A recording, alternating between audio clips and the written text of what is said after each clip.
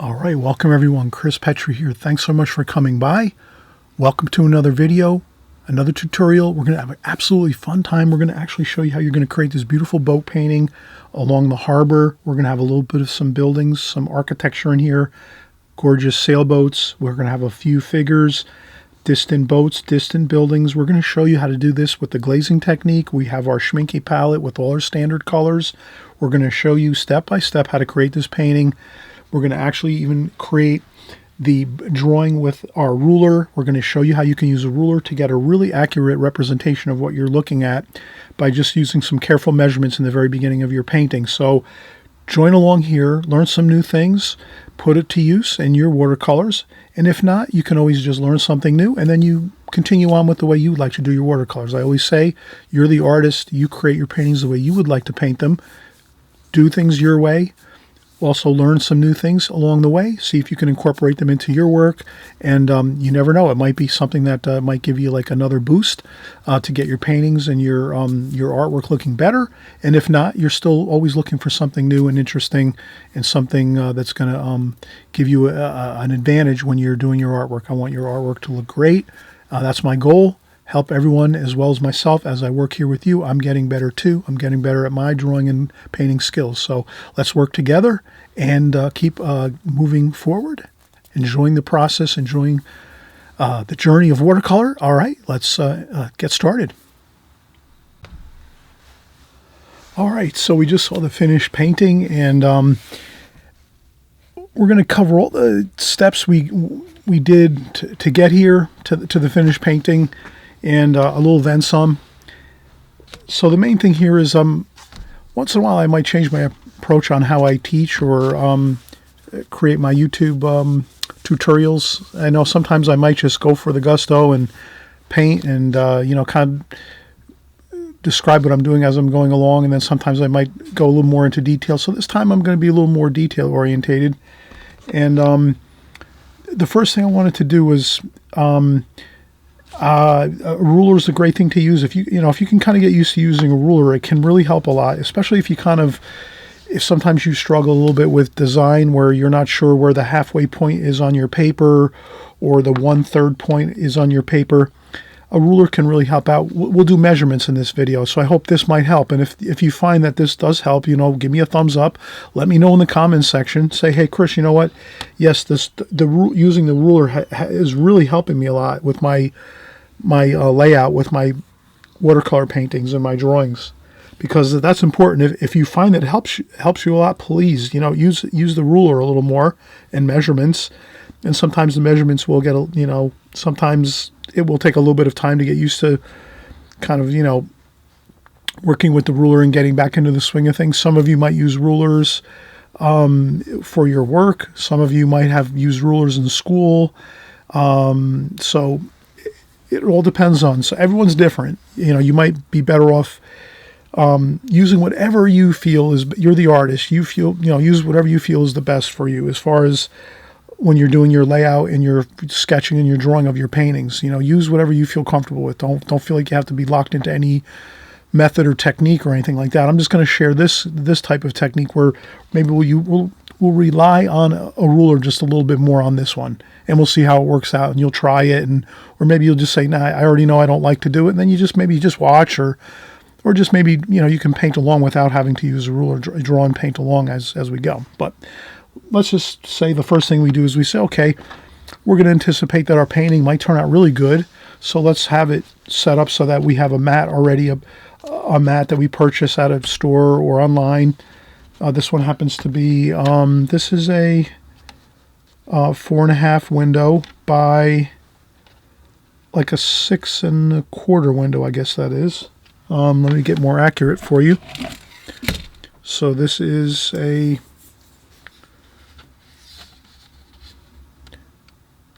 4.5 window by a 6.5 window.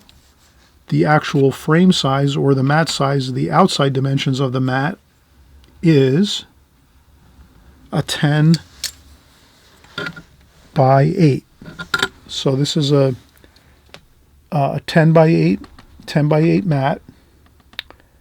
And then again, we said the window for the mat is a 4.5 by 6.5 inch window opening for the mat. So this is kind of like a small. This is a small size painting, but is really nice. And these are great for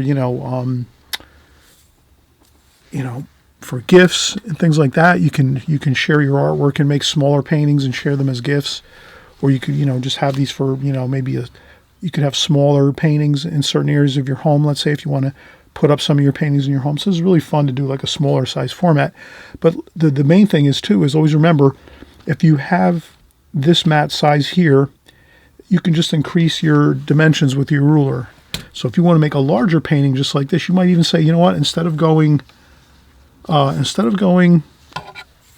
say instead of going 4.5 on the bottom measurement here,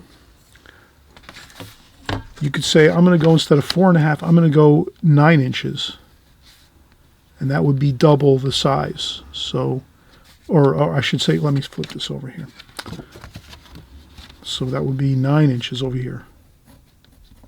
So then you could say 9 inches like this is this wide. And that would be double of what we're doing here right now. So if you want to make a larger painting just like this one, and you say, you know what, Chris, I don't think I really want to create a smaller painting like you're doing here. I want to go a little larger. I like painting a little larger. I have larger brushes, larger paper, whatever it is. You just do what you like. Create your paintings any size you want. You can just keep increasing the size. You can go as large or small as you want. You can paint smaller than this too and make the paintings smaller if you want to shrink them down a little bit. Fine.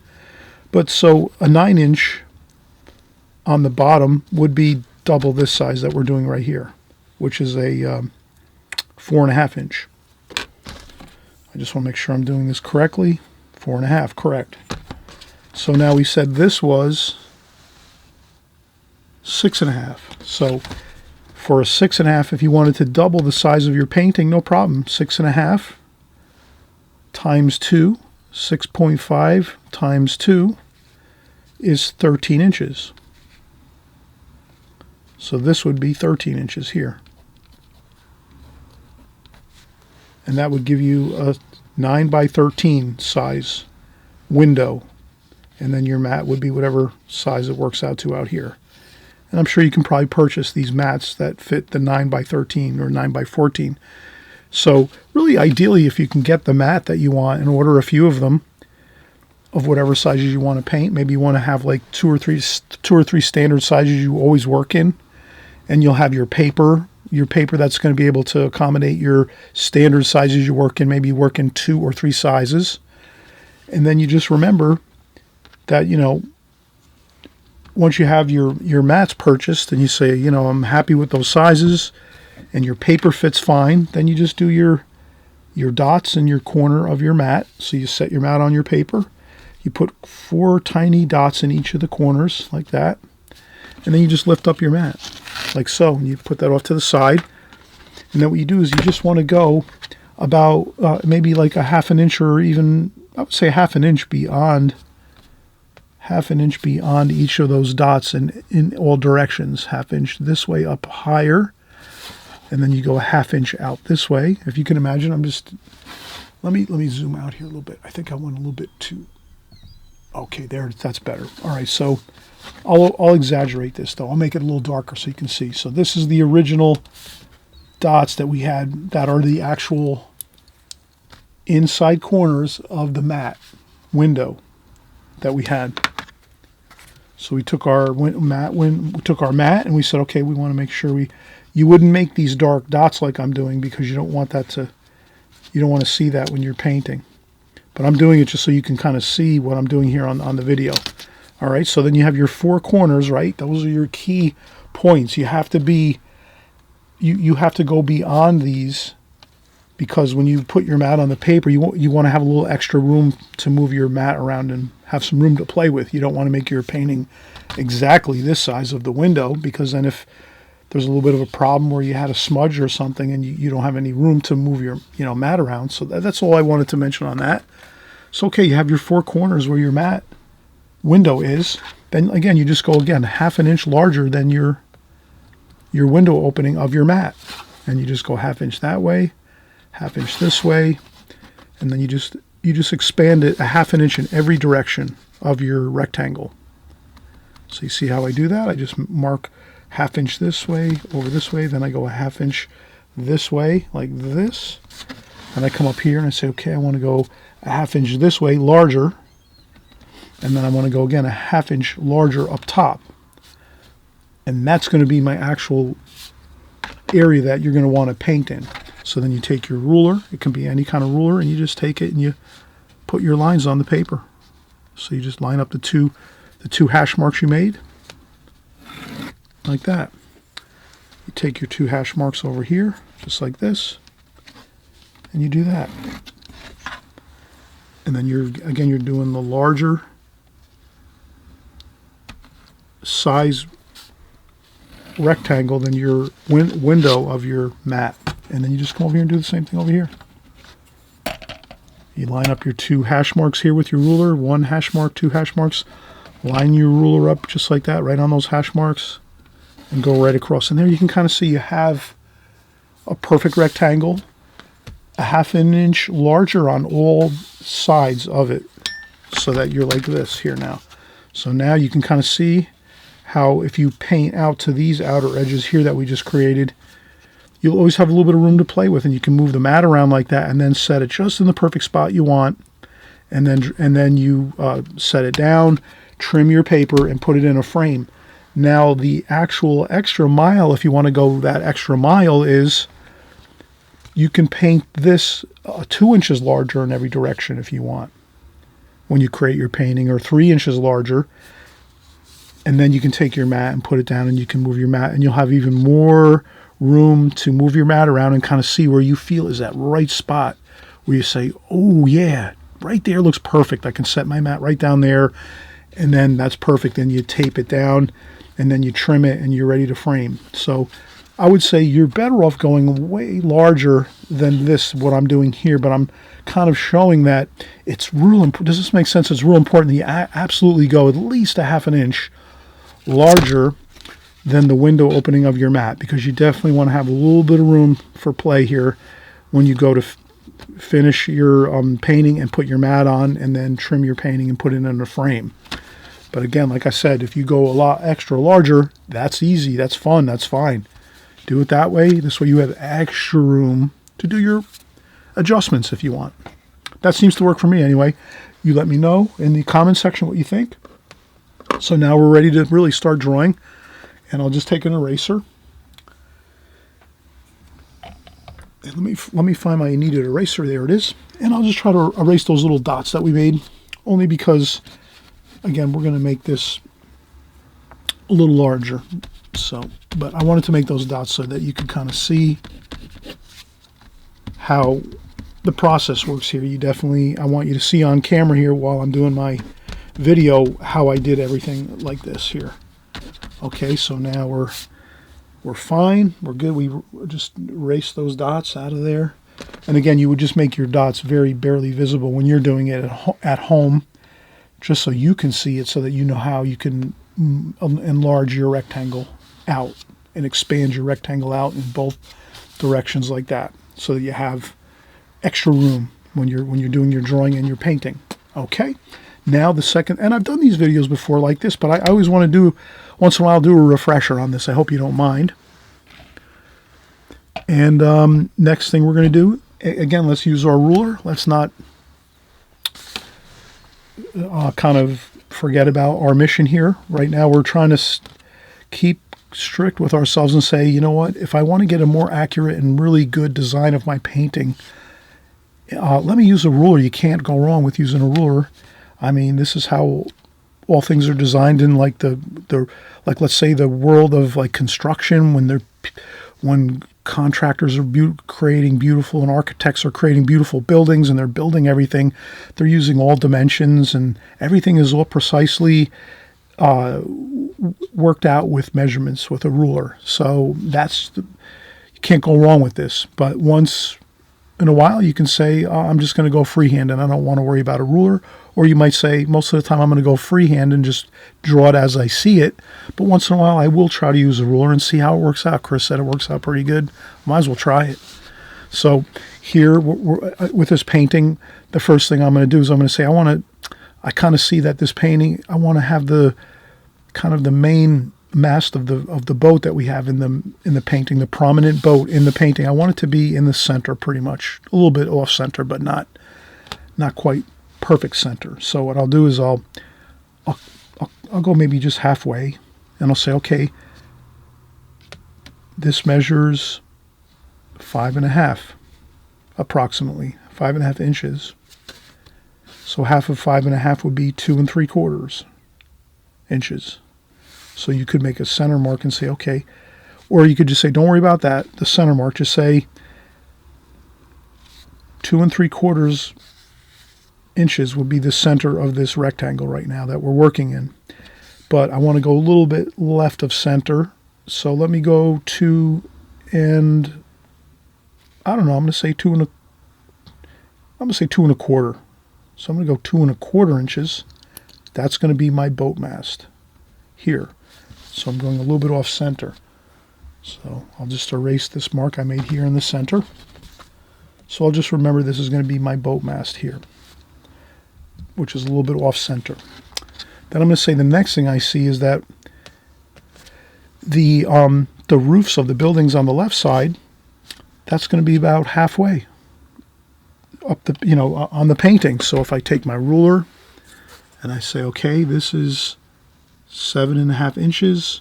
Maybe you work with metric. You can say, well, how many centimeters is this?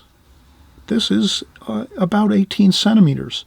So half of 18 centimeters is 9 centimeters. So if it works easier to work with centimeters or the standard American measurements, you do whatever was comfortable for you, or you could mix and match them if you like. So I say that's the center point then of the painting vertically. So vertically, so we got the vertical this way and the horizontal this way. So the vertical halfway point is here. And we just measured that and we said it was approximately 9 centimeters. Or standard measurement, American standard is about 3.5 inches. Like that. Okay. So now what we're going to do is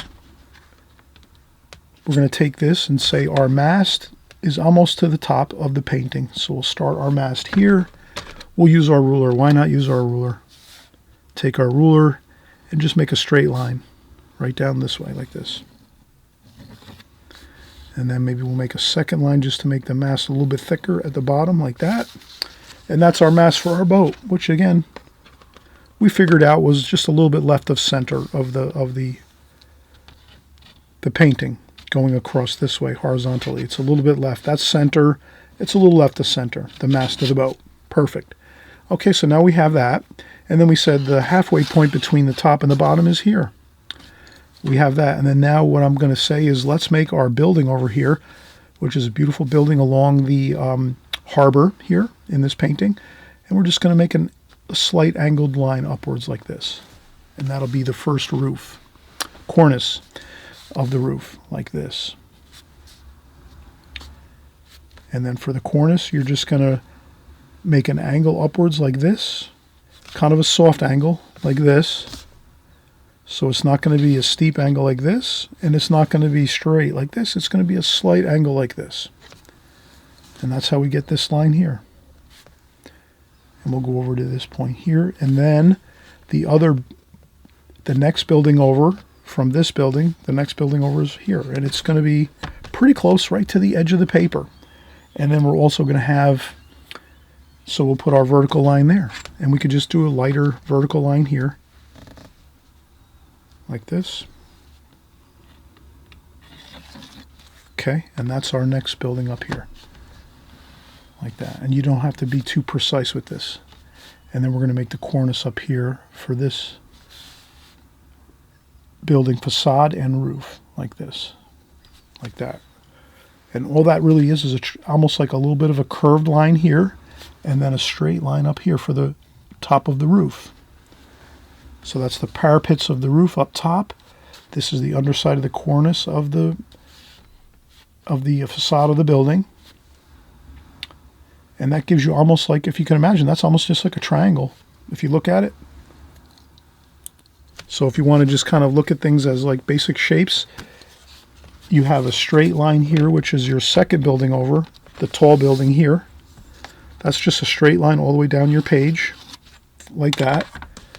And that's about 2 centimeters wide. So this building here is about 2 centimeters wide. Straight line all the way down the whole painting.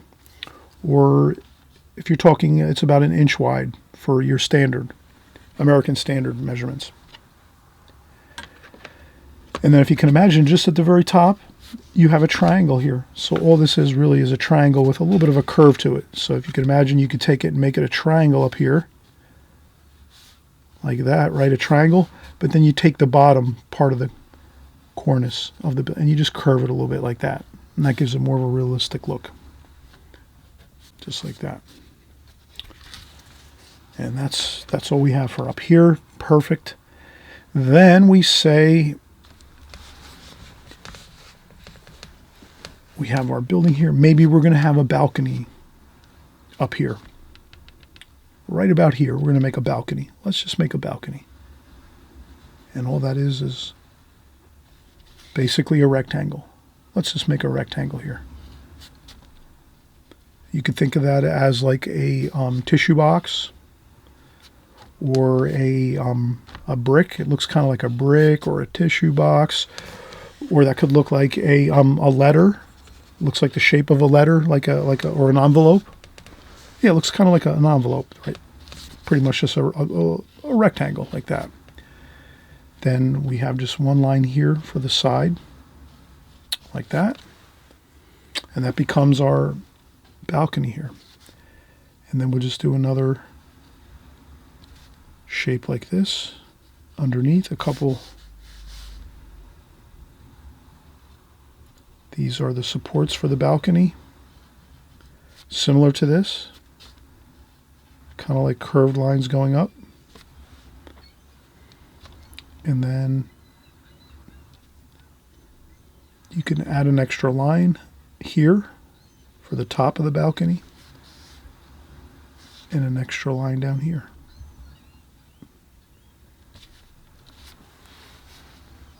Okay, now at this point, let's take a break. We've done a lot of drawing, a lot of measuring. I don't want to get, I always mention please take breaks. This way you can kind of like just relax for a few minutes. We've done quite a bit of measuring. And if you need to even take more breaks than I'm doing, stop your tape, hit pause, and take more breaks if you need to. If you're just saying, oh, there's too many measurements, too many lines, this and that, don't worry about it. Just take your time. We're just kind of going one bit at a time. And so far we've got a lot. Actually, we've got a lot done. We're almost really kind of like halfway finished now with the drawing. So we have our mast of our boat here. We have our 2 points of our building here. I forgot to put this line here. So this is sort of like this side of the building over here. So you have this side of the building here. Then the roof up here going on a little slight of an angle. Then you have your next building here running all the way up straight like this with the cornice of the building up top. We put a little balcony here. Then we'll start to work on the boat down here at the bottom of the painting, some shadows, and then we'll finish up over here with maybe some more buildings in the distance over here and maybe another boat. So don't worry, we're building this one step at a time, but the key is if you want to get a really accurate drawing and design and layout from the start, this is the way to do it, where you really can't go wrong this way, because if you're watching me just do it freehand and I'm not really kind of sharing with you the measurements or anything, things can go wrong on your end when you're trying to do this at home. So what I'm trying to do is just, if you want to take your time a little more, try the ruler, using the ruler and some measurements and some hash marks here and there, and see if that works better for you. Again, if it works out better for you, just let me know in the comments section. Give me a thumbs up if you're really thinking this is something that's really good. I'll do more of these videos where we work with the ruler. Maybe I'm not going to do it every time, but I will do it more if I get enough thumbs up. And a lot of you, you're my students, we're together here. We're all artists. Let's work together.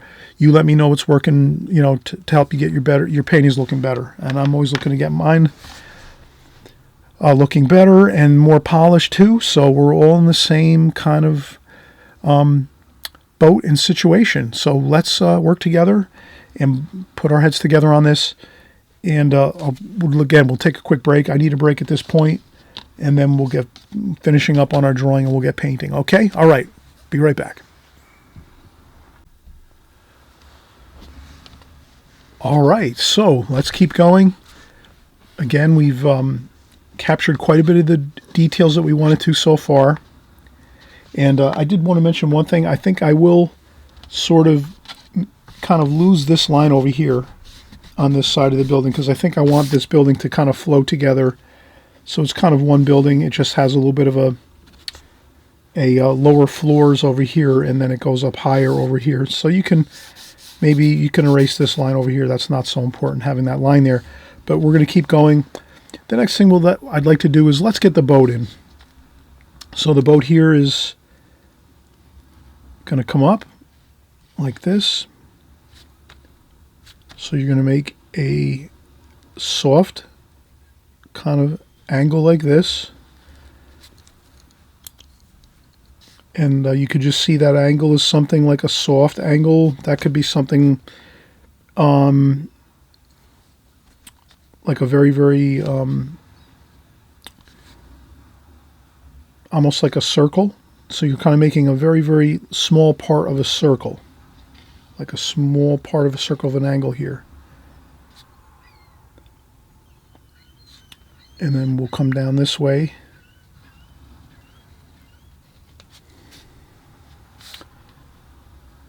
Like that.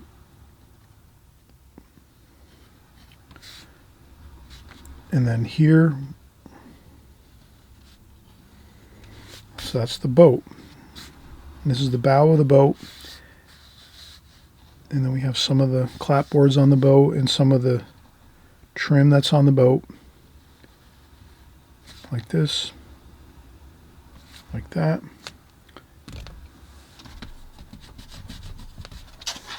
Doesn't have to be perfect.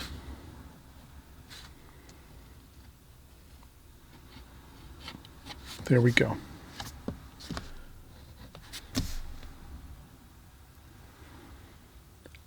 Okay, and then this is the mast.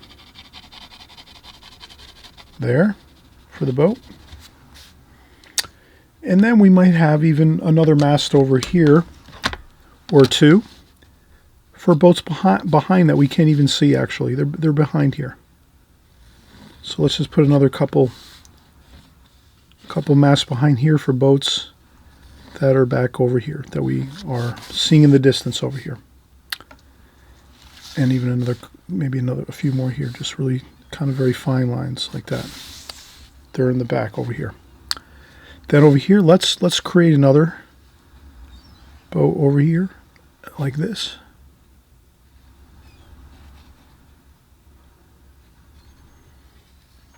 Like that. Okay, so that's going to be a second boat that we'll make here, and that'll maybe just be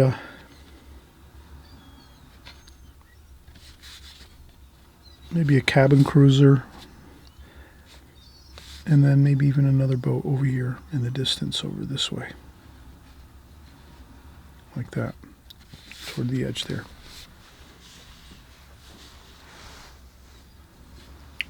Okay, now at this point too, I'd like to make some distant buildings over here.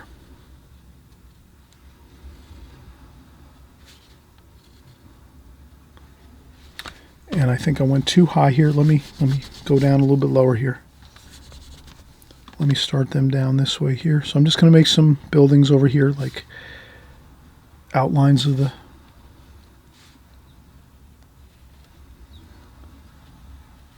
like this, like that. Okay, so you can kind of see how I just made the kind of the same idea over here, just not as steep of an angle here, more like this angle here. So you can imagine the angles are going to be slight this way. And then as your angles are up higher in your painting, they're going to be steeper. Just something to keep in mind when you're seeing angles at the highest point of your painting for like buildings and roofs and things. The angles are steeper up at top at the roofs. You'll see the angles of the roofs very steep up here, but as you come down here, they're softer. They're not as steep. They're softer this way. And then as they come down this way, they, obviously they'll get almost level. But these will be some lighter washes over here for some buildings in the distance that we have. I'm just going to make it a little bit less like that. Okay, so that's some buildings over here in the distance. Then there's the water over here, so we'll have some water over here. There's a boat over here. And again, you can adjust your thing, your subject matter as you feel fit, your boats and things. Okay, and maybe this boat does have a mast here. It's a little bit off in the distance, like that. And then there's maybe another few more masts over here for some more boats that are behind. So you kind of want to think in layers. You put some details in the background of things so that you can kind of get the feeling that there's other boats inside this harbor area that we have here along the coastal areas here. All right, so now the next thing I want to do is we have most of our information in. I think one more thing we want to put in is the arched doorway here in our painting, and I think it's about halfway down. So the top of so we're going to make an arched doorway here, and the arched doorway is going to be halfway down between the bottom of the balcony to the bottom of the painting. So if you make the top of the arch 1 inch below the balcony, the bottom of the balcony, you're all set.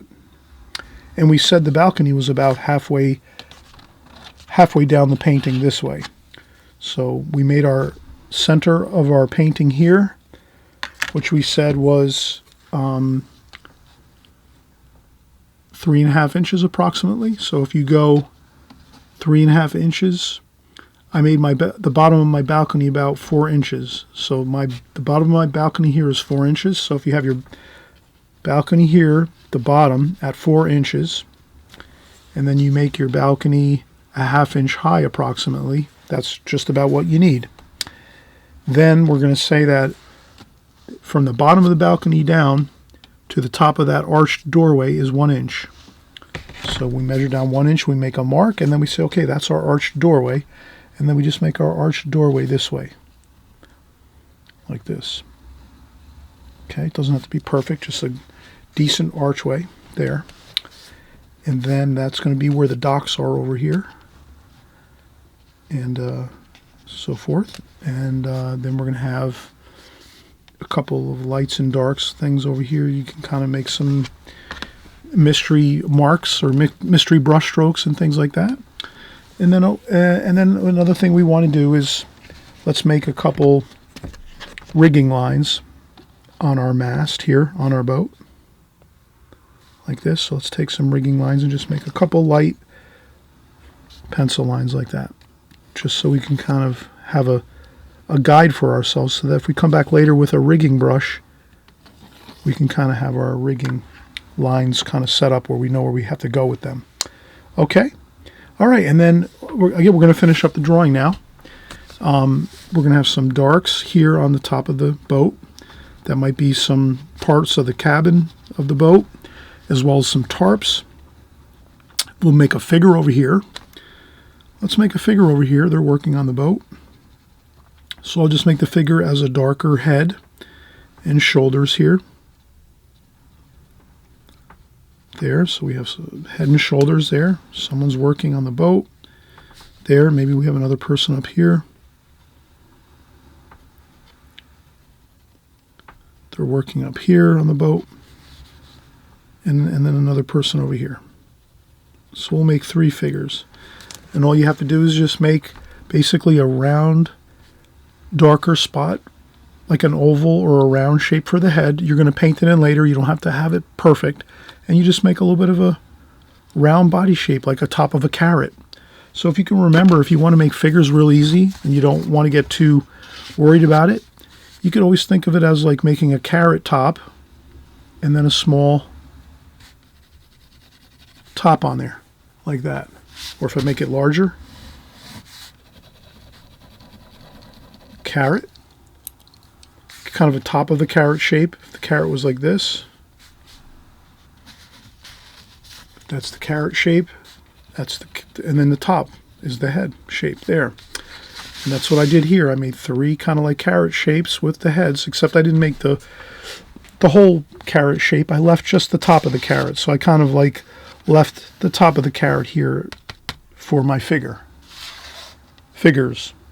like that. And then you can add a couple arms and, you know, kind of make it a little more detailed but you can start off with that carrot shape. You just remember a carrot shape with a head on there, and you can tilt the head a little bit. You know, you can tilt the head a little bit this way, or you make the head straight.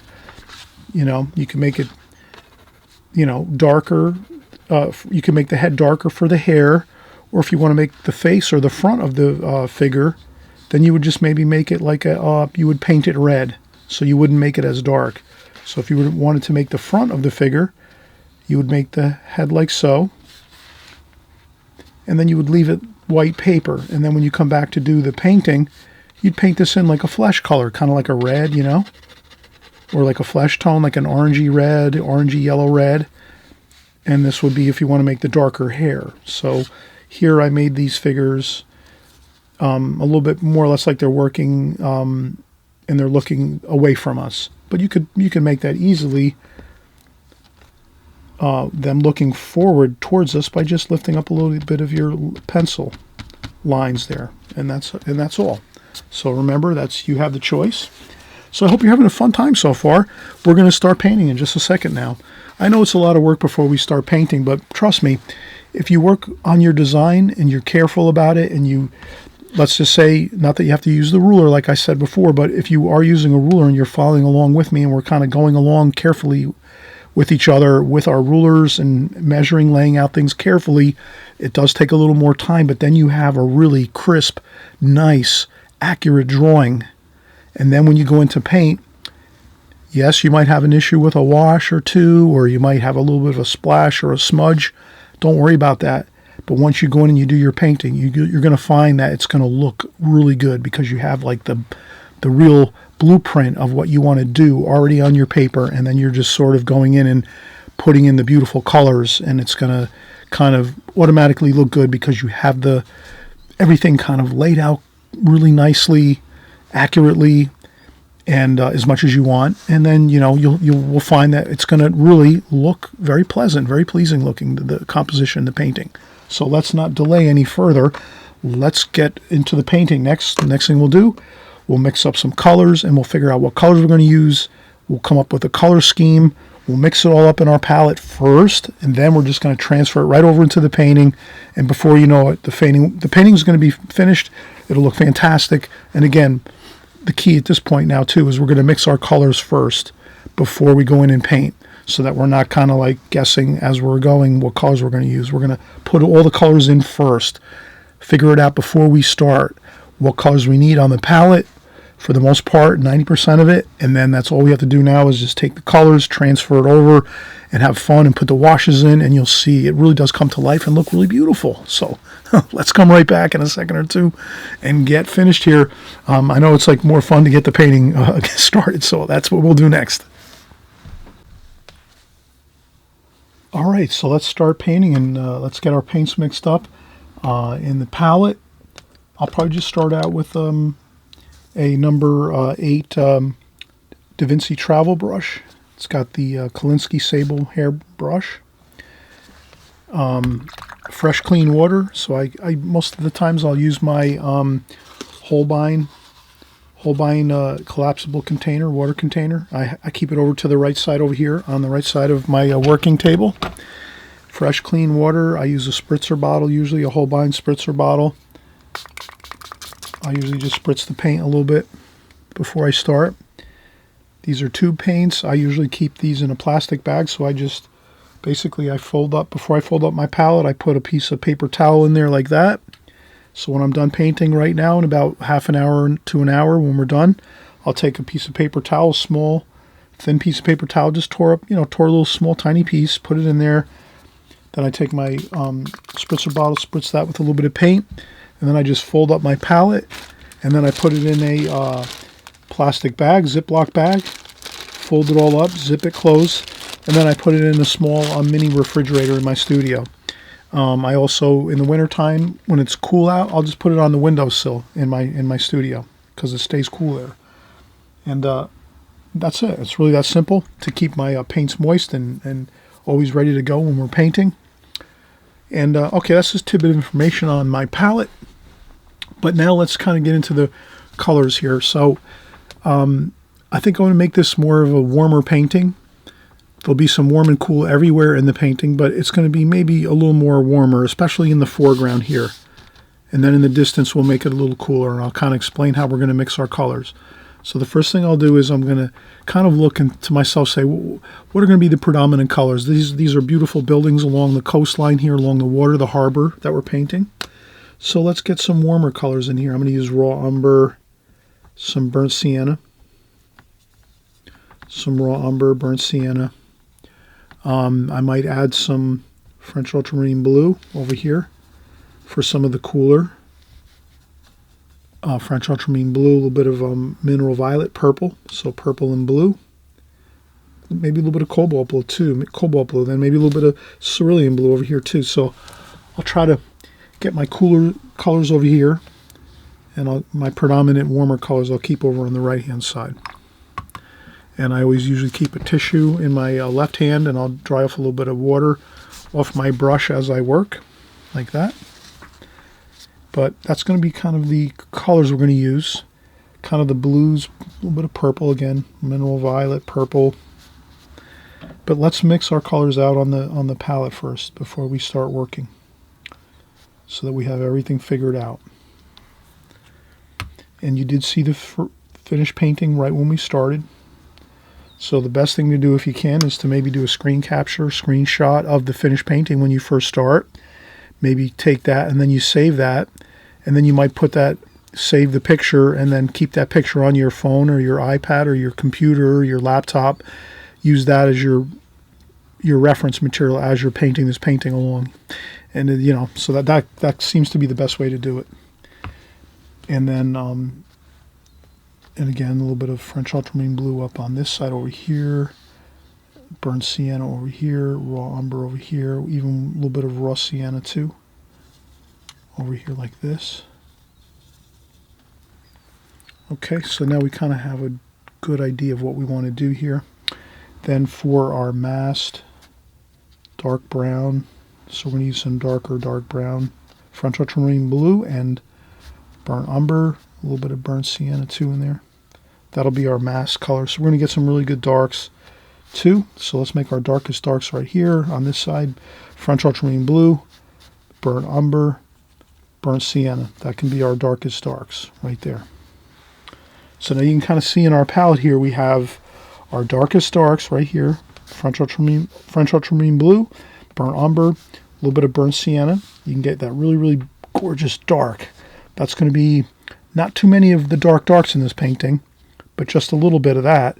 But mostly it's going to be the other lighter and middle tones of the blues and the warmer tones. Over here we used raw umber, burnt sienna, a little bit of yellow ochre and raw sienna too over here. And then we have a little bit of French ultramarine blue up here. And then down here with a little bit of French ultramarine violet, purple. And then over here we had our, rinse off the brush, cerulean blue up here with a little bit of mineral violet here, like that. And if you have these colors put onto your palette, that's fine. You're going to be set. Now, what I'd like to say too is we're going to use the glazing technique. So now with the glazing technique, it's a little different. You're just going to want to remember to maybe just lighten up a few lines if you want. Lighten up a few lines with your eraser if you want to. You don't have to. If you like pencil lines, leave them on in there. It's up to you. But what I'm going to do is Now I'm going to shift to a larger, this is a Da Vinci flat brush or square brush, 30 millimeters. So this is 30 millimeters flat brush. I'm going to take the whole painting and just get some water on there. You don't have to use this if you don't want to. I like using this. Maybe I'm not even going to worry about that. Let's just stick with the one. Let's go with a little bit of a larger brush. I'm going to go with the number 12 travel brush. So I have travel brushes. I like those a lot. So this is the number 8 we just started with to mix our colors. Now we have a number 12 travel brush. Same thing, Da Vinci Pure Klinsky travel brush. Number 12, quite a bit larger. We'll use that to get our, but you could use a large flat brush, which works just as great, and I really enjoy these Da Vinci flat brushes. They're fantastic. I use them a lot in my paintings. You'll see me use this a lot. But for this painting, I just want to maybe keep it more simplified. We're just going to use basically like 2 sizes of the travel brush, the 12 and the 8. So the 12 we're going to use right now to get the first bit of fresh, clean water on our paper. So we're doing the glazing technique, which means we're going to wet the paper first, lightly, not too much water, just enough to get your whole paper damp. You want a damp paper all the way through. So you get your paper damp all the way through, and then you could add a little extra water up top here, the top of the painting, if you want a little extra water there, and then you go right in and get your cerulean blue like that and start getting your cool sky color in there. That looks good. Ooh, maybe a little bit of the green in there, Verdian green. Add in a little Verdian green. Just pick up a touch of Verdian green, maybe a little bit of that, and then just kind of flow these cool colors on down.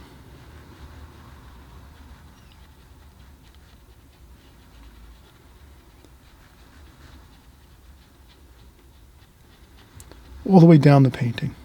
That cool wash.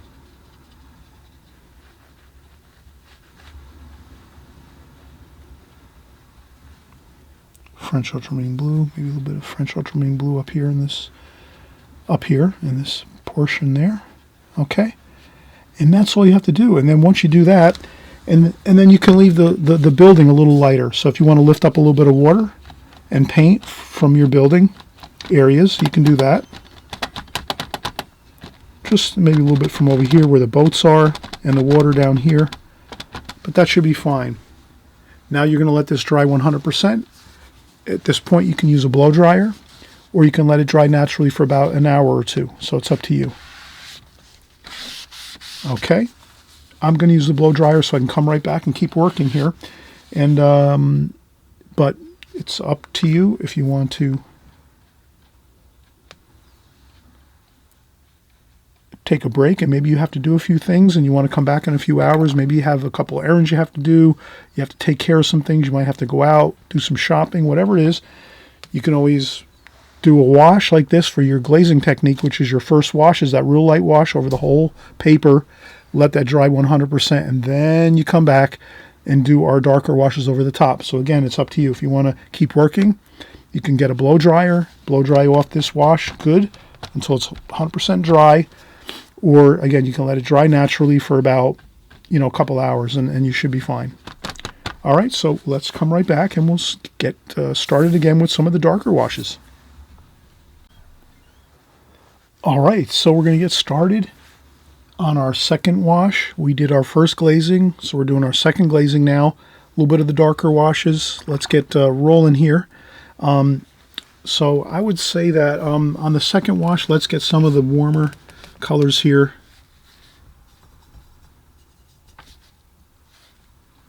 And I'm going to come right up top here and start right up at the left side of the painting. I'm right-handed, so it's easy for me to work up this way.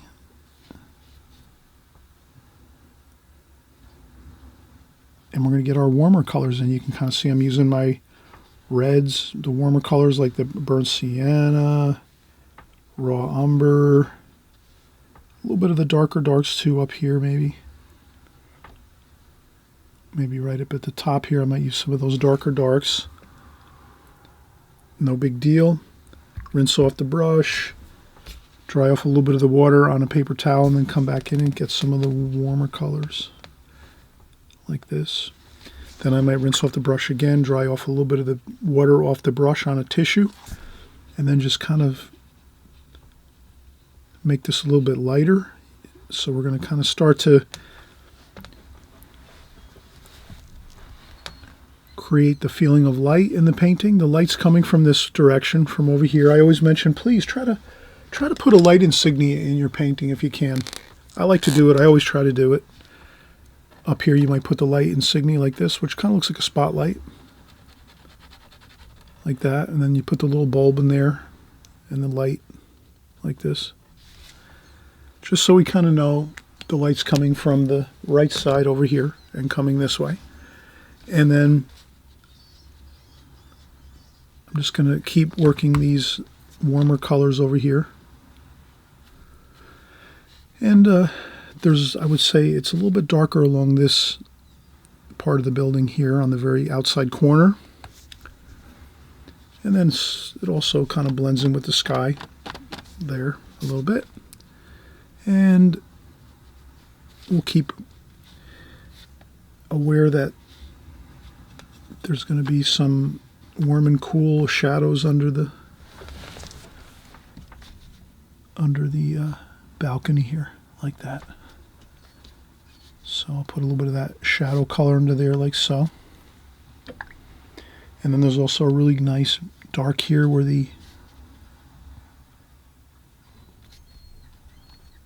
little bit of burnt sienna, French ultramarine blue.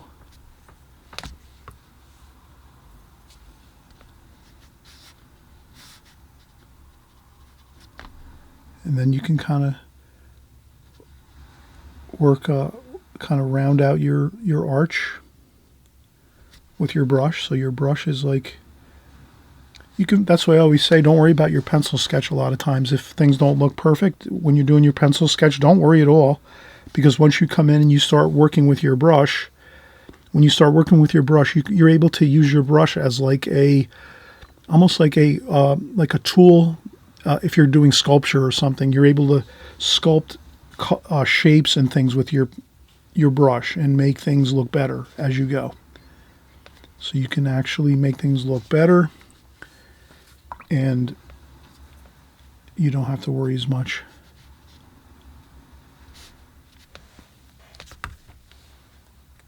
And then over here, there's some more warm colors here for the building. So this building is warm, kind of like that really beautiful, like yellow ochre kind of color for the building.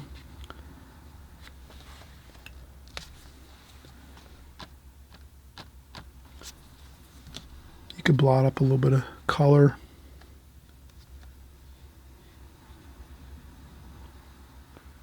And then I can just go right off the page here with the shadow. That shadow, you can add some purple.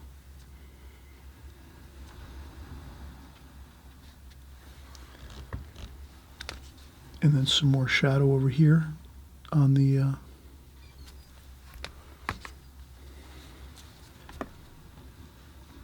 not too much though. Just a little bit of shadow on the balcony here. And the balcony should be warm too.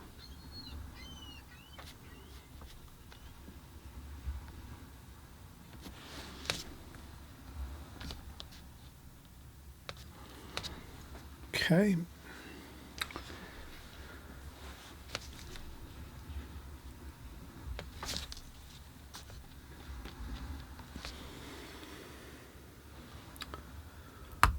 Okay, looks good. Now we'll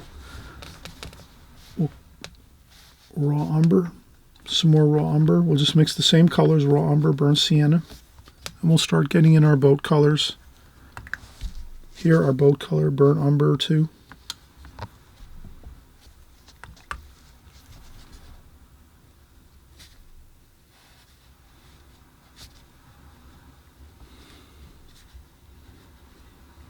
Okay. And then this boat over here is a little darker.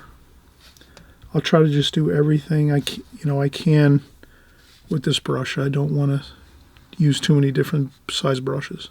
So I'll do this boat over here with this brush too. Like that. And then over here, this boat in the background over here is a little lighter, so I'll go with some French ultramarine blue. And this brown, so brown and French ultramarine blue. And we'll get that boat in like that. Like so. And that looks fine. Okay, so we're going to keep working our darks as we go.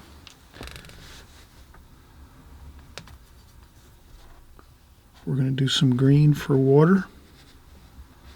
And that's Viridian green.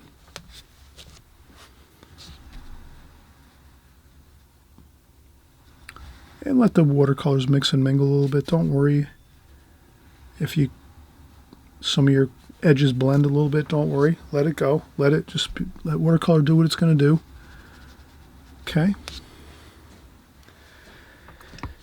And then over here, what else do we have? Let's do some of these buildings over here. So that's going to be French ultramarine blue, cerulean blue, a little bit of the Viridian green, and then a little bit of the raw umber too. So we'll have warm and cool over here. And I would just say, let's go with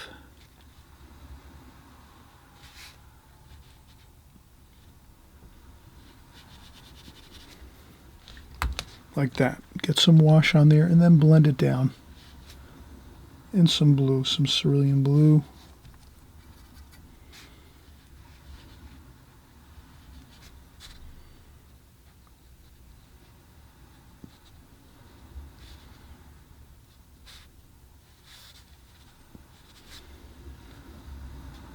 And I'll mix in a little bit of that raw umber there too, just to kind of mix up that.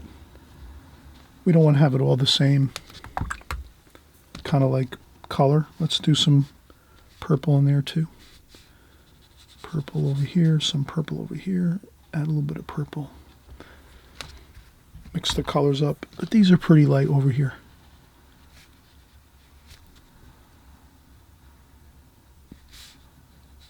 Okay, and then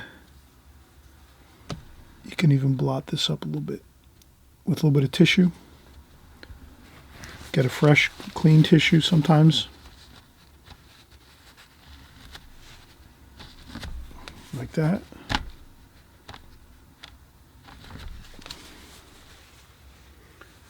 Okay. Then you can go back in and charge in some darker wash. Maybe here and there a little bit, just to...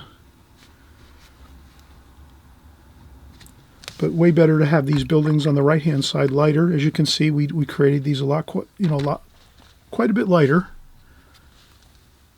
And then the closer things are to us, these are the darker areas here. This is closest to us here, and then these buildings here are in the further distance. So we're making these like bluer and greener, cooler colors, blue and green. But you still want to have a little bit of the warm colors in there too. So a touch of warm colors in there, but not as much. Mostly cool colors in the distance. So when you're trying to create distance in your painting, does this make sense? When you're making distant buildings and distant subject matter in your paintings, if you make it cooler with a little more blue, a little more green, but you still add in a little bit of warm colors too, maybe a touch of it, but mostly predominantly blue or greenish color, and lighter in tonal value too, not too strong, too much paint, a little less paint, a little more water. You get that feeling, that distant, misty kind of look in the distance there for these buildings back here. I think that looks good. And then all we have left really now is to do our finish up our figures in the boat and our masts of our boat and some of the rigging. And I think we're really kind of all set and really we'll have our painting completed like within the next 5 or 10 minutes or so. And I'm hoping you're enjoying this painting. And I always say, if you enjoy my paintings, you enjoy these tutorials, please subscribe on the right-hand side below. It's really, all it does is it keeps you in contact with us, because we're working every week, week after week, month after month, and year after year. We're always here working with you. I'm working with you here constantly on YouTube so that we all create better artwork. We're always working, getting better, perfecting our methods, our techniques in watercolor. So if you subscribe below, it's just going to kind of just keep you in contact with us. You'll be way more likely to keep working with us, watching our videos, watching my videos, practicing along with the videos.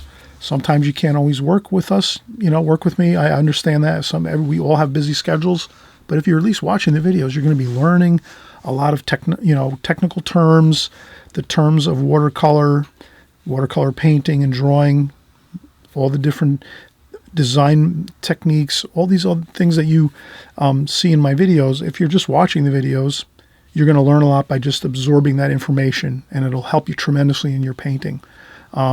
So even if you can't paint and you don't have time to break out all your paints and papers and brushes and everything, don't worry about it. At least watch the videos, and then when you have time, you can go back and paint the favorite paintings that you want to paint on my channel. Or if you really want to go for it, then do it each week. Work along here with each of the videos and paint and draw along with us and paint and create, and keep practicing your compositions and your paintings and your techniques, practicing your techniques and getting better and better. No matter what, you're going to get better. If at a minimum, if you're watching, you're going to be getting better, because you're going to be absorbing the information and learning it, and it's going to be coming, more to the forefront of your mind when you're actually working and drawing and painting in watercolor. So if you're just seeing the information again and watching the videos, you're going to be way better off.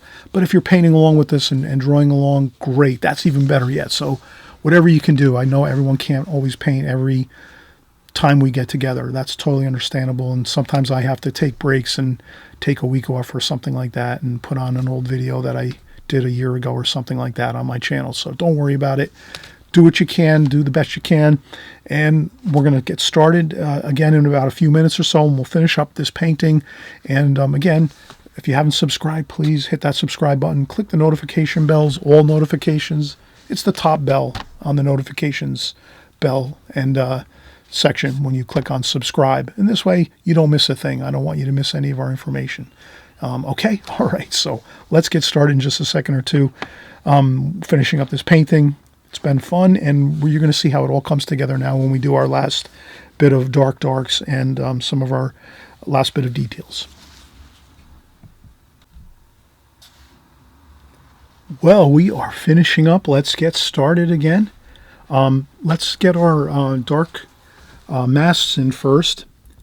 Burnt umber, French ultramarine blue, and burnt sienna.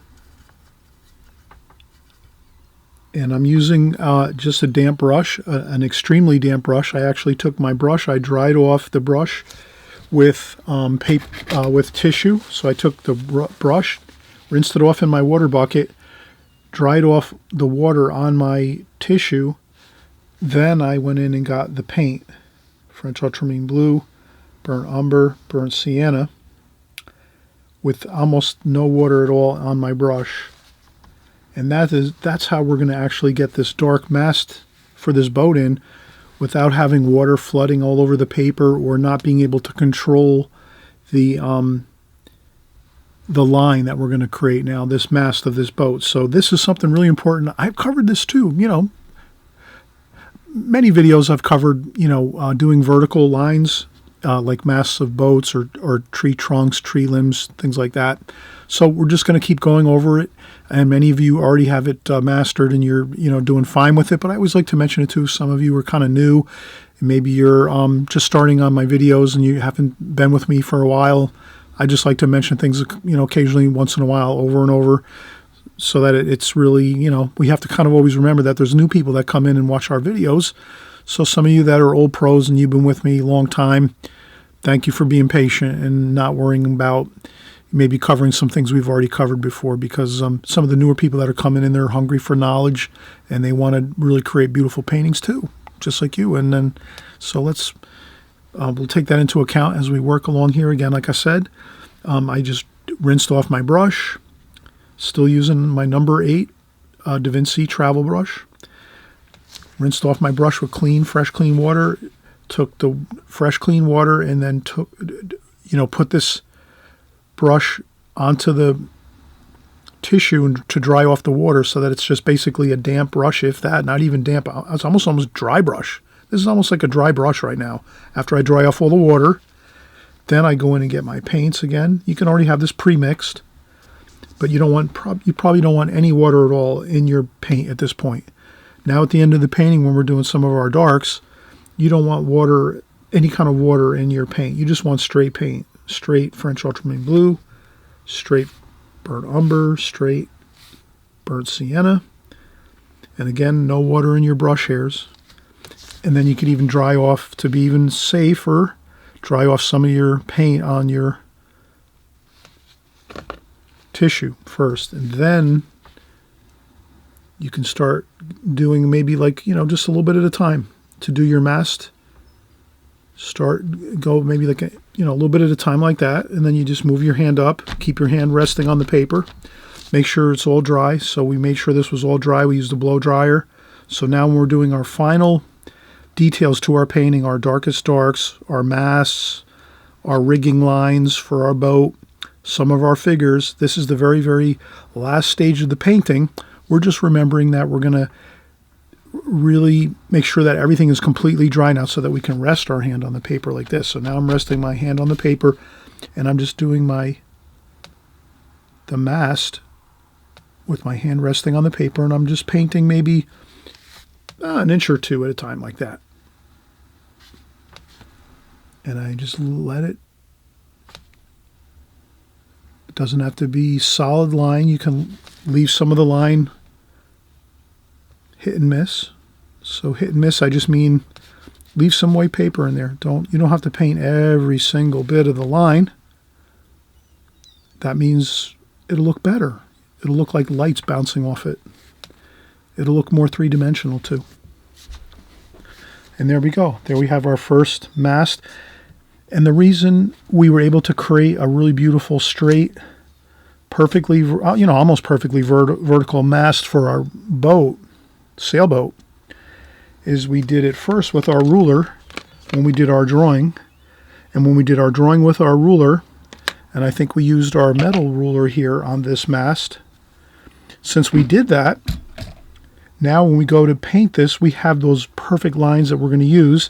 And then it's just a matter of keeping our hand resting on the paper really good and strong, solid, and just going a little bit at a time and getting that line going, and just keep it going.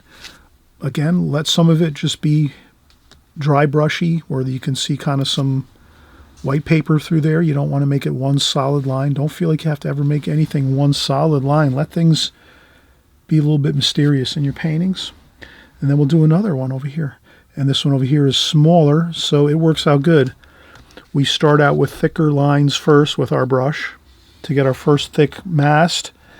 And then we don't even have to get any more paint, because the paint's sort of diminishing off the brush hairs, which means that when we do our thinner masts over here in the distance, or the next one's behind this one, it's easier to paint because we have less paint on that brush, which means it goes on easier, and we're not going to be likely to make a smudge or have too much paint on that line. And again, leave some of the line missing. Don't almost make dashed lines. Dashed lines look fine. If you can do some dashed lines in your paintings, I think that's good. You'll let me know in the comment section what you have found as you're painting and working. Thank you so much for your comments. I know many of you leave comments all the time in my channel. Thank you for that. That means other people are reading your comments and they're learning from them and absorbing what you're saying, and then they're going to use that for their paintings, and their paintings are going to look better. So always remember, when you contribute in the comments section, other people are really taking seriously what you're saying, because you're doing the work and you're sharing what works for you, and then people are going to try that out, and then they're going to find that it works too. And then they're going to have a better time and an easier time painting. So again, I'm just doing some of these darks like we said. We're at the final stages now. We're going to have a little bit of blue and purple here. So now I'm going to shift gears and go with a little bit of a medium tone here on this side of the boat, up here. because this is in shadow over here. So the left side of things are in shadow, and then the light we set up here, we made our light insignia. Light's coming from this direction. So it's going to be darker over here, over on this side.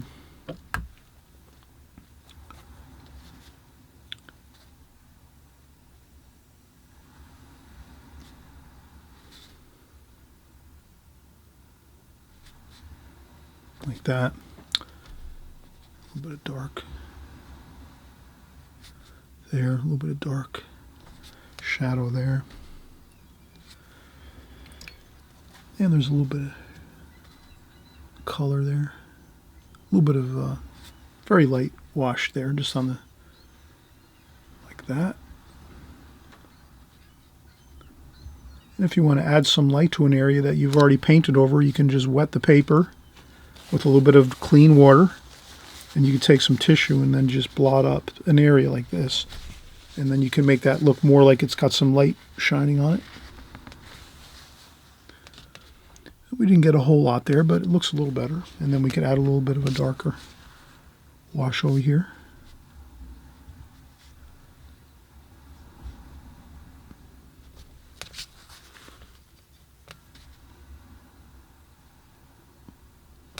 Okay. And I did notice over here this could be darker.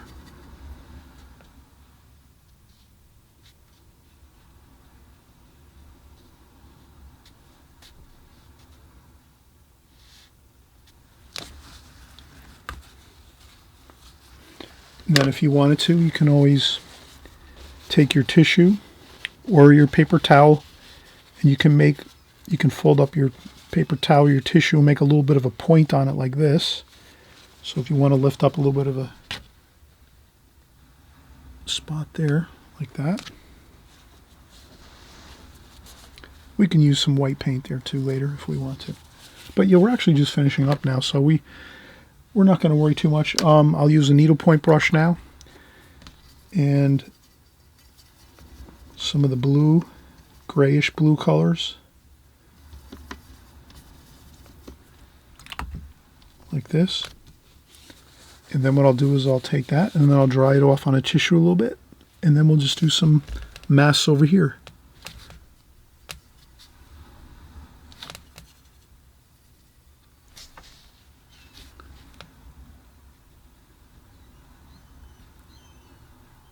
I'll just do the same thing we did before. And then there's other masks over here. There's other boats.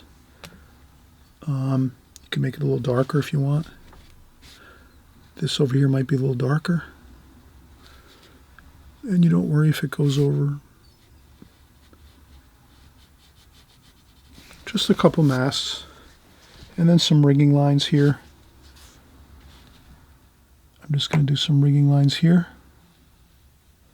And again, I'm resting my hand on the paper.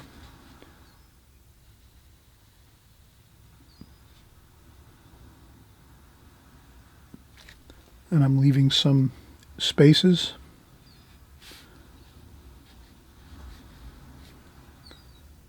So I don't make one solid line everywhere. I kind of leave some.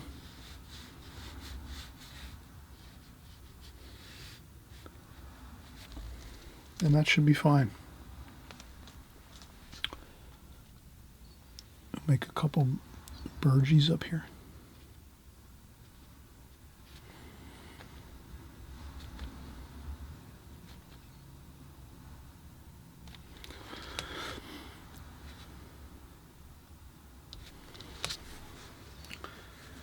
Okay, and then maybe we can add a little more details here. So now here's where you can add some details with the needlepoint brush. I would also make my figures now, so I can use my colors that I used here for the flesh tones, and we can make the flesh tones here.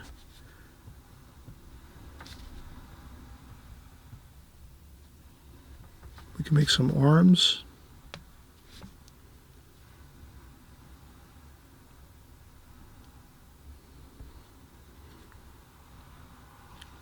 maybe one figure has one figure is he's not worrying about a shirt or whatever. A couple of these other figures, they have their shirts on, their t-shirts and whatever else. They're working on the boat, but I think that looks fine. Just enough detail where you can kind of see some figures on the boat, some sailors, they're working on the boat. And we have some fun looking details in here. And then we can also take a little bit of warm and cool, like this. And what I'll try to do is I'll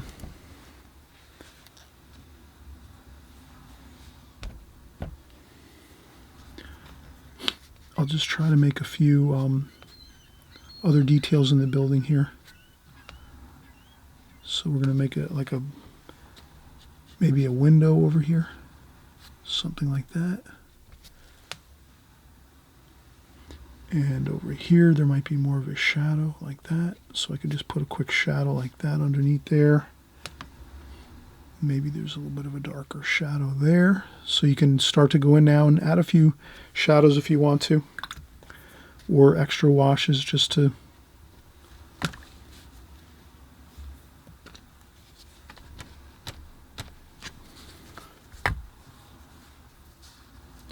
and then I think up here, burnt umber, burnt sienna, a little bit of French ultramarine blue.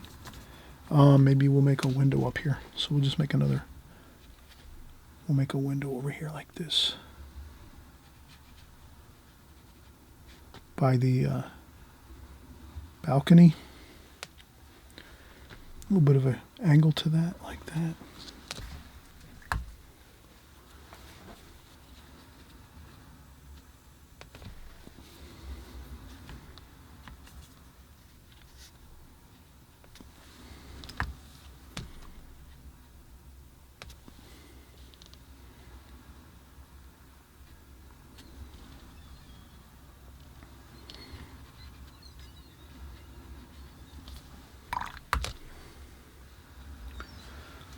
All right, we're looking good now. Let's get a couple more details. I want to maybe make a couple of reflections like this, just a couple little things in the water.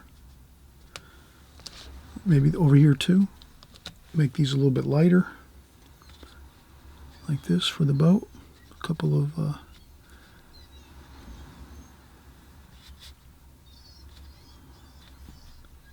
of reflections of the masts.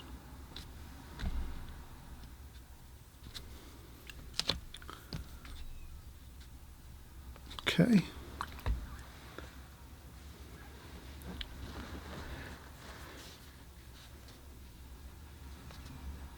And I hope you've enjoyed this. We've had a lot of fun. I think this is good. I think we can just let this be as it is.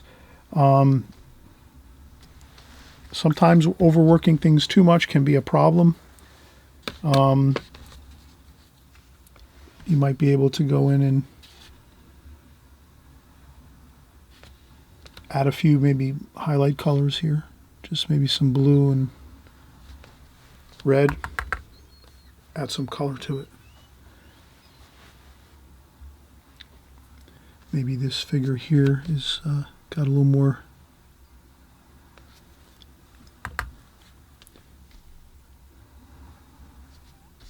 red. We'll make a little more some reddish highlights here for the figures. That looks better.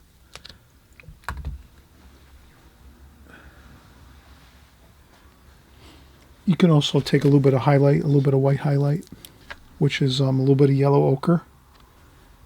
Take a little bit of yellow ochre and dip your brush in that and put it into the top of some titanium white. So here I'm using titanium white, tube of titanium white, a little bit of yellow ochre in the top of the paint, just a tiny bit. Mix it in there just a tiny bit. Then we can use another tissue, dry off that a little bit, so we don't have too much paint on there, and then you can actually add a few highlights. There we go. We got a highlight there on the boat. Maybe another. Yeah, that looks good, right? Look at that. A couple little highlights. Looks fantastic.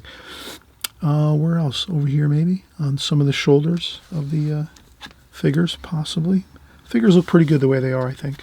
Maybe up here. Like that. Highlight up there.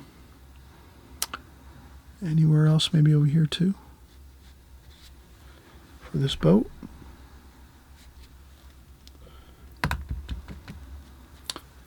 And then maybe over here too. Like that.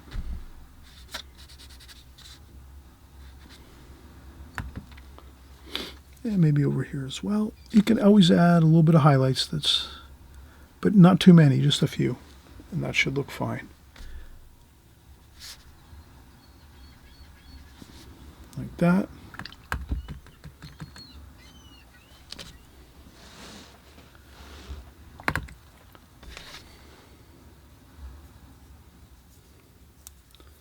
All right, thanks again for watching.